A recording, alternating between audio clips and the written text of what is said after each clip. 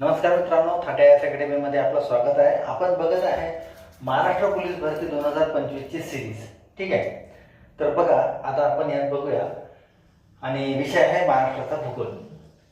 प्रश्न पहिला आहे की महाराष्ट्रात समुद्र किनारा किती लाभलेला आहे. तर महाराष्ट्राला 720 किलोमीटरचा समुद्र किनारा लाभलेला आहे.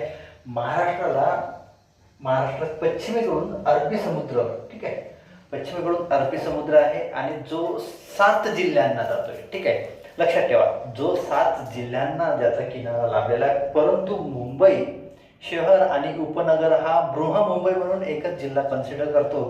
त्यामुळे आपण त्याचं उत्तर 6 असं लिहू की याला 6 जिल्ह्यांचा किनारा लाभलेला आहे. बरं, मग ते 6 जिल्हे कोणते? सर्वात जास्त किनारा लाभलेला आहे तो म्हणजे रत्नागिरी जिल्हा, ज्याला 237 किलोमीटरचा किनारा लाभलेला आहे. आणि सर्वात कमी हा ठाणे आहे, ज्याला 25 किलोमीटरचा अरबी समुद्राचा किनारा लाभलेला आहे. मग त्याच्या मधातले जो आहे तर 2 नंबरवर रायगड आहे, ज्याला 122 किलोमीटरचा किनारा आहे. 3 वर सिंधुदुर्ग एक आहे, सगळ्यात मोठा रत्नागिरी, त्याच्यानंतर रायगड आणि सिंधुदुर्ग 120 किलोमीटर. नंतर बृहमुंबई 114 किलोमीटर. यामध्ये मुंबई शहर आणि उपनगर दोन्हीचा समावेश आहे.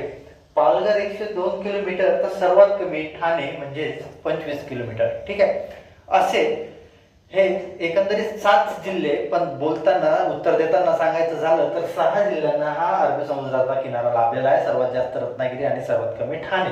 प्रश्न दुसरा आहे की क्षेत्रफळाच्या दृष्टीने भारतात महाराष्ट्राचा कितवा क्रमांक आहे. तर मित्रांनो, क्षेत्रफळाच्या दृष्टीने भारतात महाराष्ट्राचा 3रा क्रमांक आहे. सगळ्यात अगोदर आहे राजस्थान, त्यानंतर मध्य प्रदेश आणि 3 नंबरवर आहे आपला महाराष्ट्र. ठीक आहे. महाराष्ट्रात एकूण किती व्याघ्र प्रकल्प आहेत. तर महाराष्ट्रात एकूण 6 व्याघ्र प्रकल्प आहेत, ज्याचे सगळ्यात अगोदर निर्मिती झालेली तो म्हणजे ताडोबा, चंद्रपूर जिल्ह्यातील ताडोबा, ज्याची निर्मिती 1955 साली झाली. आणि ह्यालाच आपण अंधारी व्याघ्र प्रकल्प या नावाने सुद्धा ओळखतो. तसेच नागपूर जिल्ह्यातील पेंच, जवाहरलाल नेहरू, 1975 मध्ये याची निर्मिती झाली. नंतर गोंदिया जिल्ह्यातील नवेगाव बांध राष्ट्रीय उद्यान आहे, ज्याची निर्मिती ही 1975 ला झाली. ह्यानंतर बुगामल राष्ट्रीय उद्यान जे आहे मेळघाट अमरावतीमध्ये, ज्याची निर्मिती 1987 साली झाली. यानंतर आहे चांदोली शिराळामधील राष्ट्रीय उद्यान, जे सांगली जिल्ह्यामध्ये येते, याची निर्मिती 2004 साली झाली. संजय गांधी राष्ट्रीय उद्यान बोरवली व ठाणे इथं वसलेलं संजय गांधी राष्ट्रीय उद्यान. असे एकंदरीत 6 व्याघ्र प्रकल्प आहेत. ठीक आहे.